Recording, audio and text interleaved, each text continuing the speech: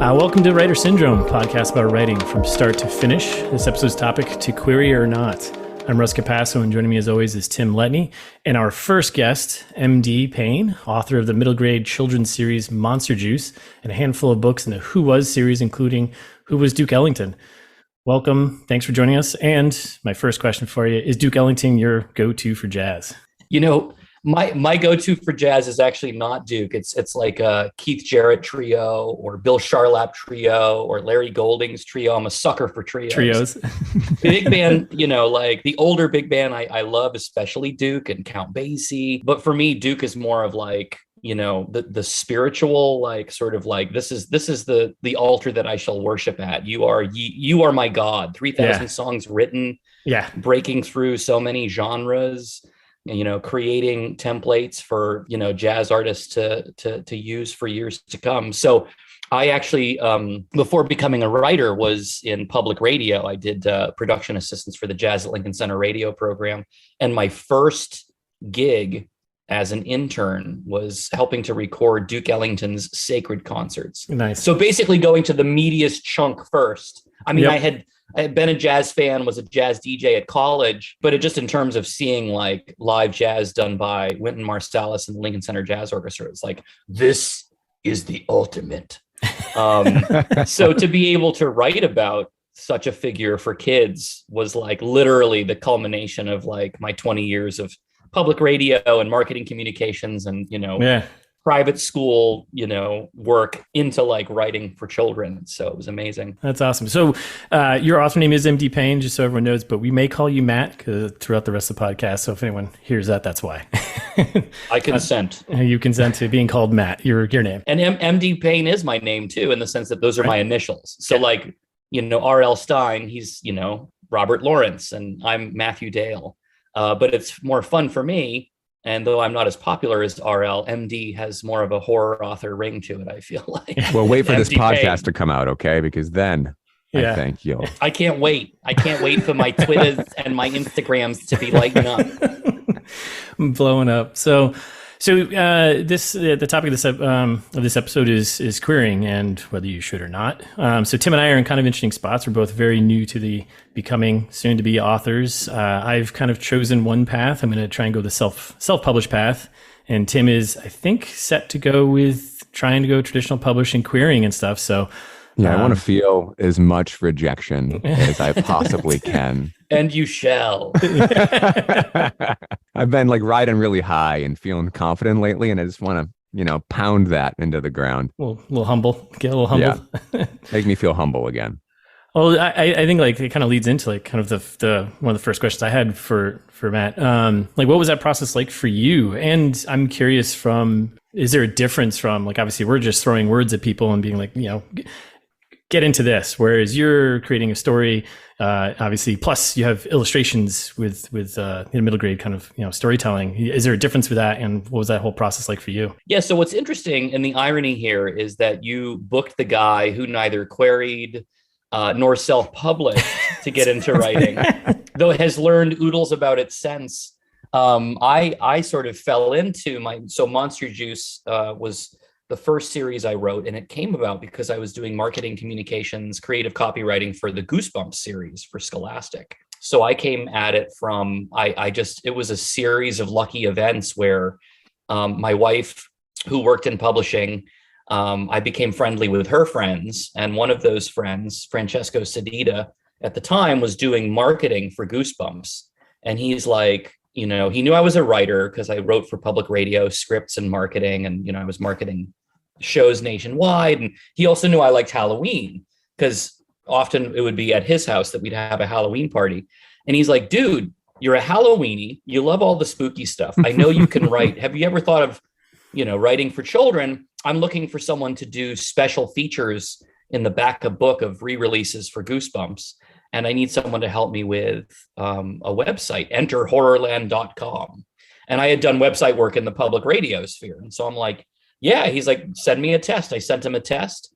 He liked what I wrote. I did 14 Goosebumps, you know, special features. So not the actual books themselves, but some stuff that would happen after the book. So when they re-release them 15 years after the fact, there's a new cover and some fun stuff in the back. So I have not written any Goosebumps books, but I have had a lot of fun doing special features like Q&A with R.L. Stine, quizzes to see if you can escape the swamp with the werewolf. Like, will you make it? Special features on like, does the moon actually make us crazy? Like, just really silly kind of fun kiddie stuff. And it was so good that when he moved to, it worked so well. We worked so well together. Not to say I'm so good, but it just clicked. And when Francesco moved Grosset and Dunlap at Penguin Young Readers, he asked me to pitch an idea because he wanted to bring some talent with him. And so he became publisher of Grosset and Dunlap, which is now Penguin Young Readers, Penguin Workshop. And I did Monster Juice. And it was all, so it was not like slaving over a manuscript and sweating and beta readers and is this good enough and is it true to me and who is my reader. It was literally like, give me an idea. If I like it enough, we'll workshop it with an editor. If he likes it enough, we'll make it happen.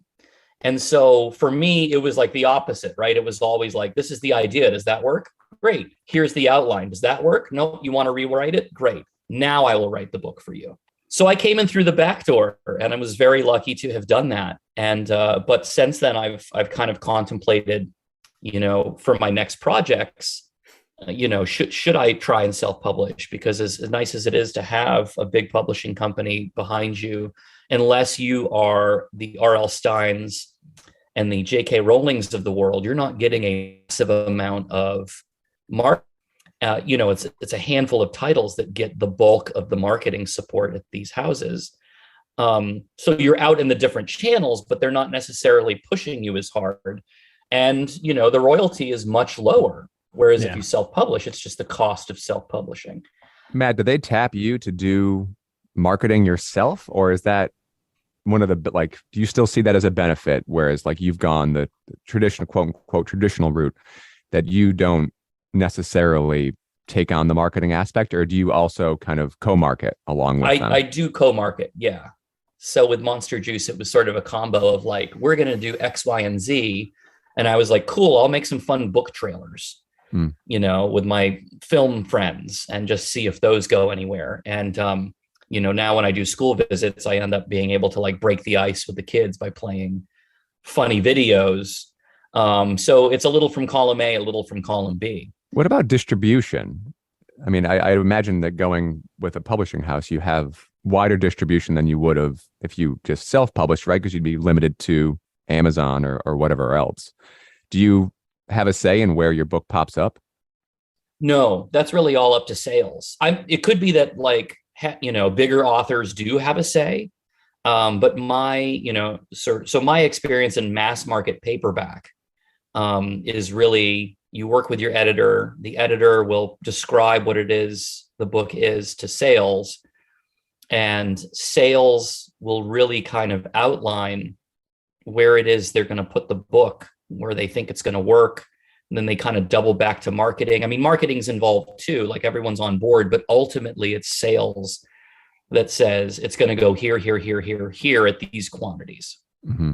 Whereas if you're doing it yourself, it's sort of with Amazon anyway, it's like a pay per book. It's just how many books will be bought. Those are how many will be created by Amazon. And I think based on the numbers, you get a little more of a chunk of cash as you get higher numbers. But yes, for sure, the publishing route is going to get you higher numbers. The irony being at what point do those higher numbers with the lower royalty make up for the lower numbers with you taking a much larger chunk of, the revenue? Go a little off of the querying topic, but I'm kind of curious about working with the artists. And are they artists that you pull in, and or is it coming from the publisher, or they kind of pair you up with someone based on the ideas you have? Or so for me, it was, and mind you, it was really just cover and some line art. I do this sort of solid middle grade where there's very few illustrations in the book. Yeah. I came to the project without an illustrator, and then they connected me with someone.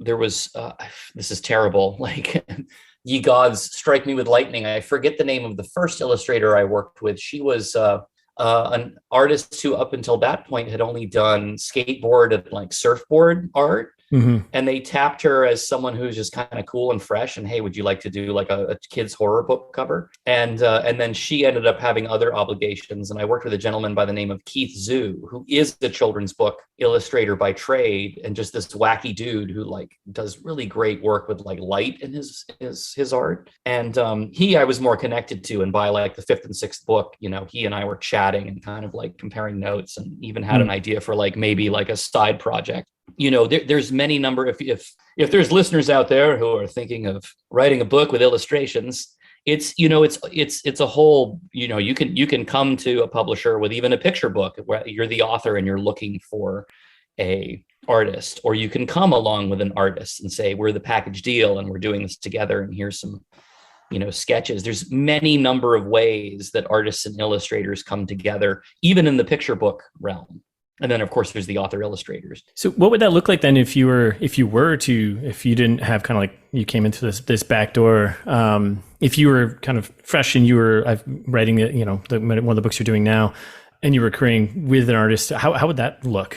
Or would you have an idea of how that would look if you were to, you know, kind of try to query with, you know, something you've written currently, you know? Yeah, like I mean, on the one hand, it's, you know, so with an author and an illustrator together, on the one hand, if you come as a package, there's a benefit because you're already showing the publishing company what it is that you're hoping to do. Yeah. You know, and the illustrator will be edited just in the way that the writer will be edited, but at least you have something where it's like, this is our initial vision.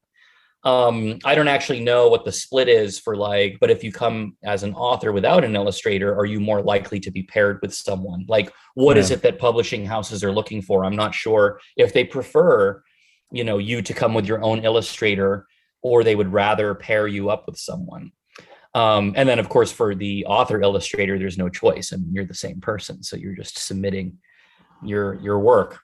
But yeah, I mean, what I do know, what I can say is that if you have an idea, but you are not an artist, but you have an idea for a picture book, you can be paired with an illustrator by the publishing house, and it works. Yeah. You know, and then you have people like Seth Meyers, who like just put out a very successful picture book. Clearly it was just an idea. And he went to the publishing company and was like, yeah, let's make this happen. Who can you connect me with? You know, like, so obviously different levels of talent and different ways of it happening. Do you find, so you talked about potentially, or you've thought about self-publishing. Do you think there's still like a stigma attached to self-publishing, and like there's like a quality versus stigma, I guess, attached to like people who are self-publishing versus who are traditionally published? You know, I think the stigma is lessening for sure. Yeah. And even having gone through 11 books with Penguin, when it was time to kind of stop and like, I mean, and I was also blessed with, you know, these lucky things kept happening over and over to me. So like the Monster Juice series was winding down because the sales numbers weren't there. It's fine. You know, like they put it out there. I feel like I certainly sold enough for a first time unknown author to feel like, oh, wow, that was good. But it wasn't knocked out of the park, you know, in any sense of the word. But they liked me as an author, and they were like, hey, you worked with R.L. Stine. We have the Who Was series. Would you like to do Who is R.L. Stine? I said, sure. And at the breakfast where I met the editor of that series, they happened to mention that like, oh yeah, we don't do a lot of musicians too. It's something we're hoping to do more of. I'm like, oh really? Have you done jazz musicians? They're like, which one would you do? I'm like, Duke Ellington. She's like, sold. We'll do 2 books. I love writing up contracts with 2 books instead of 1. It's just so easy. Yeah. I think that's interesting, right? Because, and we're talking about, you know, querying versus self-publishing, but I do feel like it is a lot. And I think this goes in all aspects of life. It's a who you know, and like your experience, like you've certainly built in your experience, right, Matt? From being in communications, you know, from doing some marketing. And then I think there's these collisions, like you obviously put yourself out there and you were open to new things happening. I feel like that's completely necessary to have success in publishing, but in all walks of life. You can't just, unfortunately, I'd love to hole myself in a corner and just type, but as a new author, I think I need to go out and actually meet people. I mean, it's a catch-22 because this whole time, 100%, I am not disparaging the luck that I have had, but The But you reason make your own luck too, right? Yeah. Like I think that's luck, quote unquote, but you put yourself in your choices, put yourself in every one of those situations. You could have made a completely different decision and I think missed out on that opportunity. So luck, but I feel like it's not to sound like too Buddhist, but I think there's some karma there where like your positive choices have led you down a positive path. I agree. Also, though, what I grapple with, and the reason that after I was sort of karmically blessed with Monster Juice and 4 Who Was books and the Frankenstein Choose Your Own Adventure, I realized none of it was my own. Even Monster Juice wasn't quite my own, because it was always, here's this 22-word idea. Do you like it or not? Here's this, 500-page outline. Do you like it or not? I really wanted to sit down and write from beginning to end, which is, like my idea. Nobody's checking in on me. I'm not even asking my wife, like, what do you think about this? And I'm just going to write the frickin' book, like 33,000 words, which I realized, 10 years in and 11 books in, I had never done. I'd never just done what most authors do, which is like sit down, head down, ignore your family, work on it. What's going on? Working on the book. What's going on? Working on the book. Where are you today? Just working on the book.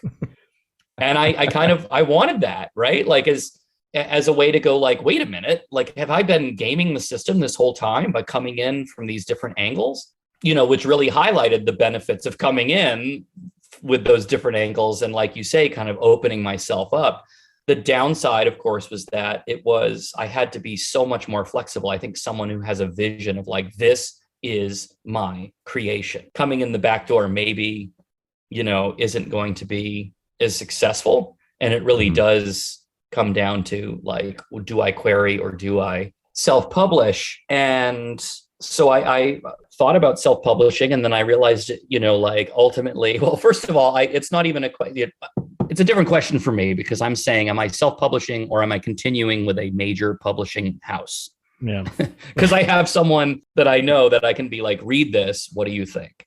And so ultimately I was like, it's still for me anyway, better to go that route, sort of go like, not only because it's, someone, right. But because it's the beast, like I know this world now. I know the like working through publishers, the pratfalls, the upside, the downside, like what am I giving up working with an editor versus if I really did want it to be my vision, I should self-publish, but then will it even get anywhere?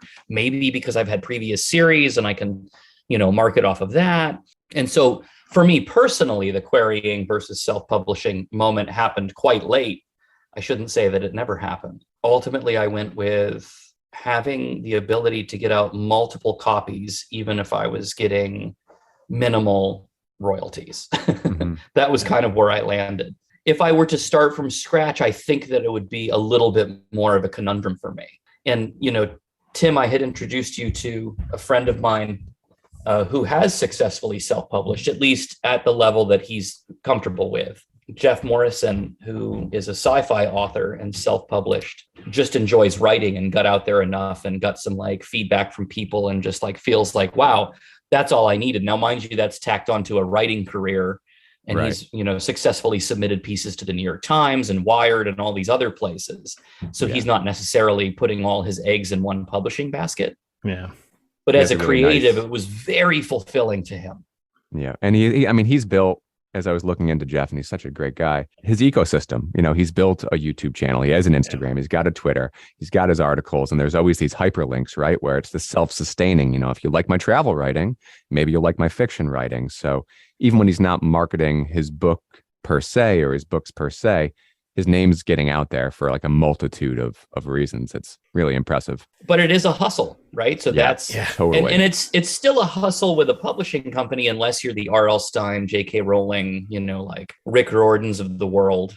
You still, it's still like a 1 in 1,000 chance for your like little spark to create a wildfire if you're not pushing behind it. I was at like Barnes and Noble, just kind of like walking around looking for comps. And obviously you got your big authors in the horror section, your Kings and your Steins and, your Rices. And then there's others, the ones that are closer to kind of where I am as far as themes go and writing. And there's like Paul Tremblay, who's a smaller author, and Nick Cutter, who's like, it's a pseudonym, but they've still found success, but they're not that high level, right? They're not your JKs, right? Or your R.L. Steins, but they have found solid success. And that's kind of that's where I'd aim.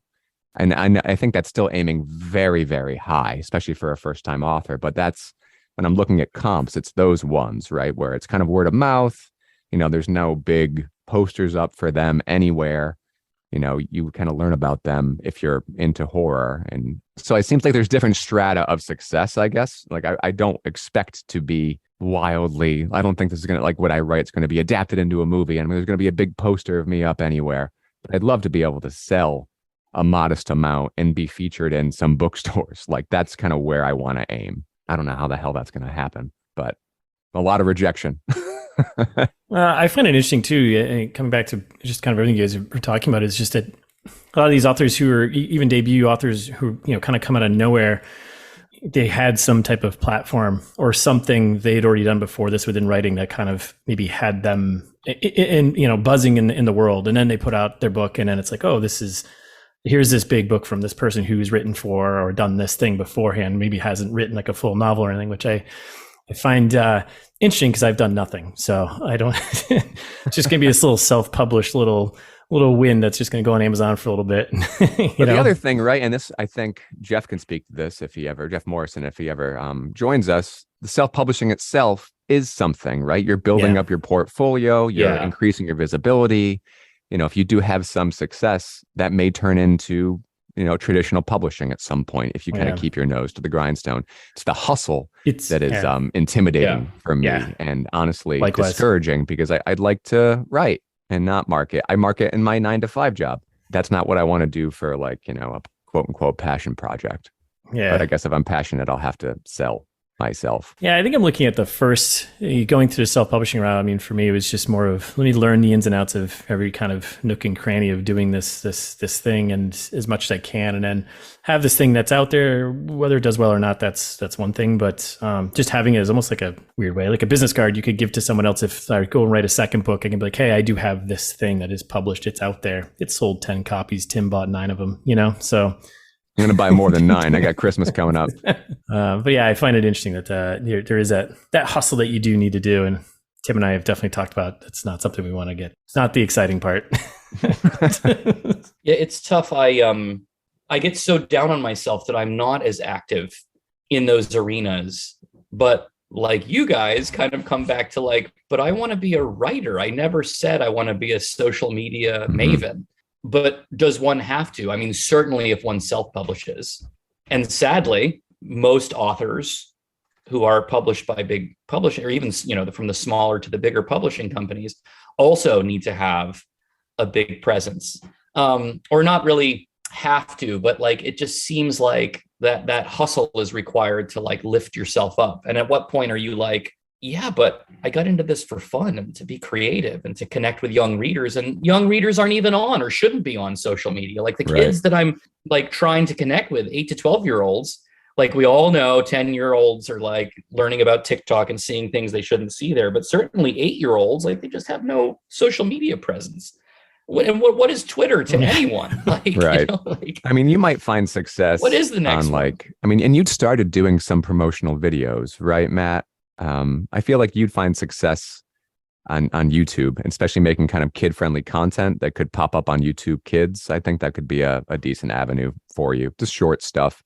But I think you're right. I think TikTok's the wrong fit. I think Twitter, you're not going to grow it. I think it's okay to kind of post oh, I'm doing this today or whatever else. This book came out, but it does feel like your audience is definitely on YouTube.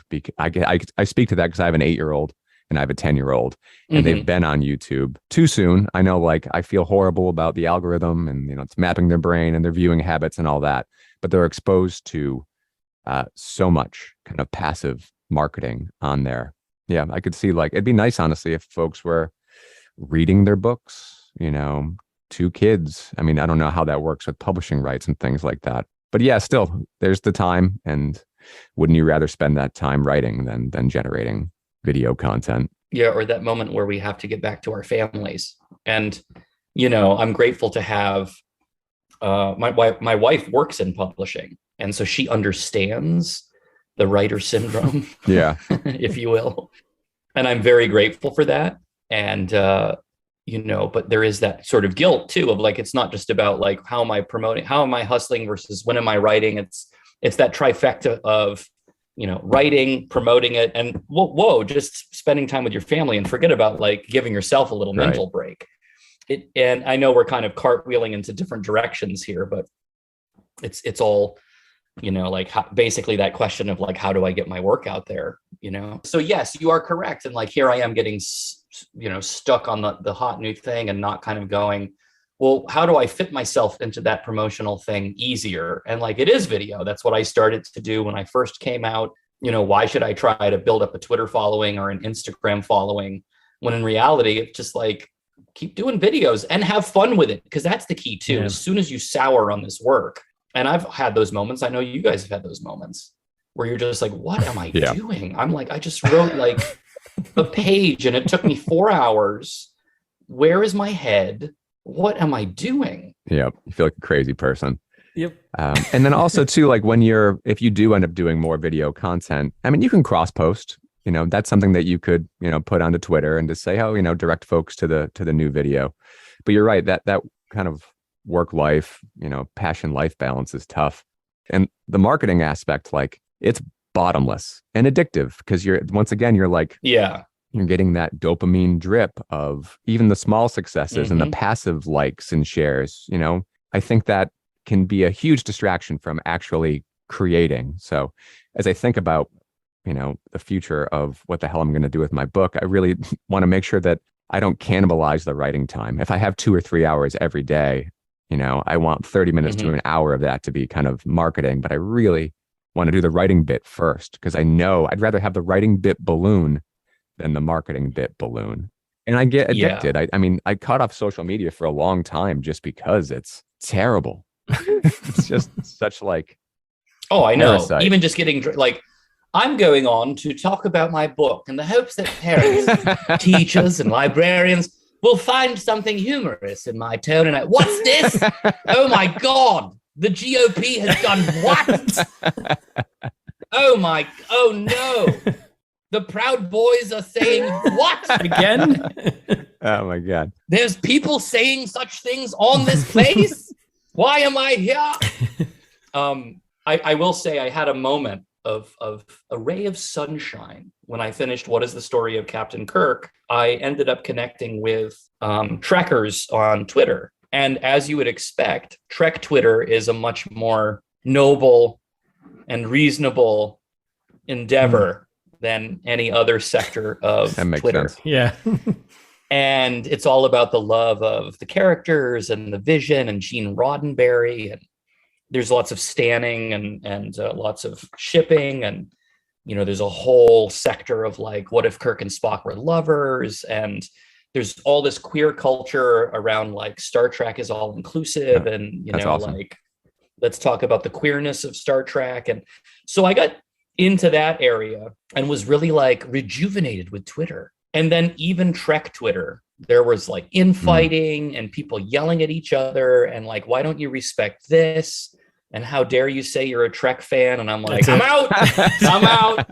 Even Star Trek cannot remain holy. Like there's always a rabbit hole you can go down.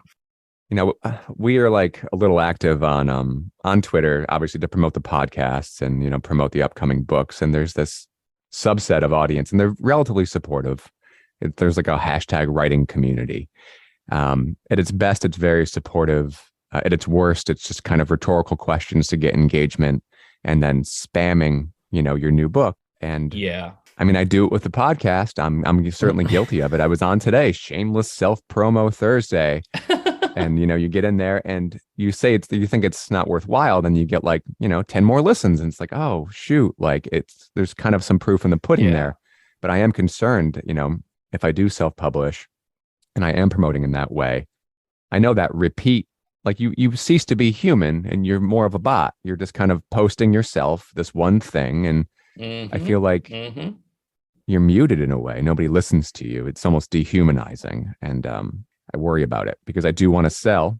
Obviously, I'd love to be read. I'm not really in it for money, thank God. But I am in it. I am in it to be read.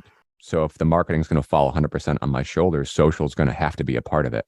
I recently realized that I need to stop using my personal Facebook page for promoting the book. I mean, once in a while is fine, but it's like, I'm not even on Facebook that often anymore. So if all I'm doing is the occasional picture of the tomatoes that are coming in my garden and like, read my book, or like, oh, I'm so happy to be at this school. Like, one of the things I've realized is like, okay, unless you create an author page on Facebook and you get your friends to follow you there and they're willingly like, oh, this is Matt, and this is where he connects with us as friends and family. And this is Matt's, Facebook page that if I want to learn more about his books, I can like. Because it was getting I felt really weird about it. I felt like, am I just like some promo hound, or people like, oh, him with another book? Though there's also that like, yeah, but if I relegate it to the page on Facebook, a lot of people aren't going to see it. And I do like, hearing people go, oh my God, Matt, that's so great. I didn't know you were doing that. Like that's a fun, like, it's a reminder of like, as dark as those moments may get where you're like, why am I writing? And the thunder and the lightning, there's people who would literally skin me and become me to continue writing books. But then I'm like, no, I get to say like, I've written 11 books. This is amazing, right? Like, we had such a great chat with MD Payne that we had to break it up into 2 episodes. So stay tuned for part 2, which will be coming soon. Otherwise, thanks for listening. If you have a topic idea or feedback, send us an email at chat@writersyndrome.com. Find us on Twitter at writer_syndrome, or head over to writersyndrome.com for all our episodes. Until next time, keep writing.